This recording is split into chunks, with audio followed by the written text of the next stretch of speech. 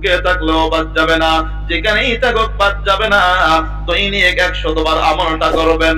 কে কে করার ইচ্ছা করবেন ইনশাআল্লাহ?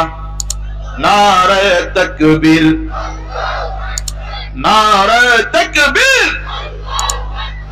আজকের মাহফিল, আজকের মাহফিল সফল হোক, সফল। আজকের মাহফিল হাত নামান। আরে আল্লাহর বান্দা নবী বলেন, উম্মত, উম্মতের কোন নারী পুরুষ যদি, মুমিন কোন নারী পুরুষ যদি দৈনিক কতবার, আরে কথা কয় না কেন, দৈনিক কতবার 100 বার এই জিকিরটা করতে পারে, সুবহানাল্লাহি ওয়া বিহামদিহি, বলেন। হুজুররা আসলে একটু ভয় লাগে কি আবার আয়েশা কয় নিজের সময় শেষ।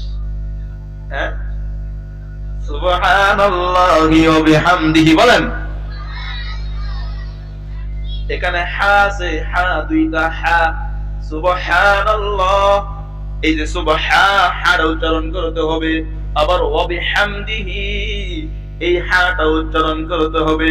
এই যে হা এবং হা এই উচ্চারণের পার্থক্য শেখানো হয় মাদ্রাসায়। কথা হয় না কেন? কোথায় শেখানো হয়? এই যে ছোট্ট বাচ্চাটা জানাজা পড়ায় দেখাইলো, আপনাদের কি ভালো লাগে নাই? ভালো লাগছেনি?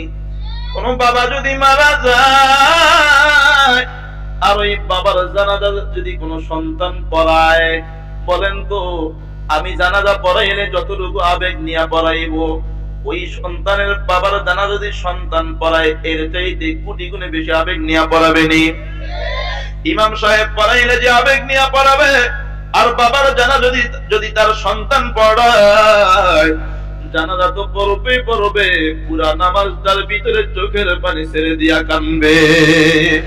সন্তান যখন বাবার লাশটা সামনে নিয়া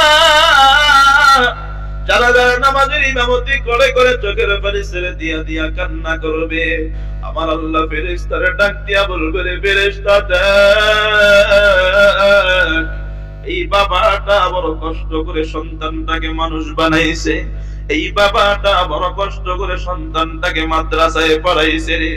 এর ফেরেশতা দেখ, এই মেহনতের ফসল সন্তান বাবার জানাজা সামনে নিয়া চোখের পানি ছেড়ে দিয়া দিয়া বাবার জানাজা পড়ায়। সন্তানের দিলের ভিতরে বাবার মহাব্বত, সন্তানের দিলের ভিতরে বাবার ভালো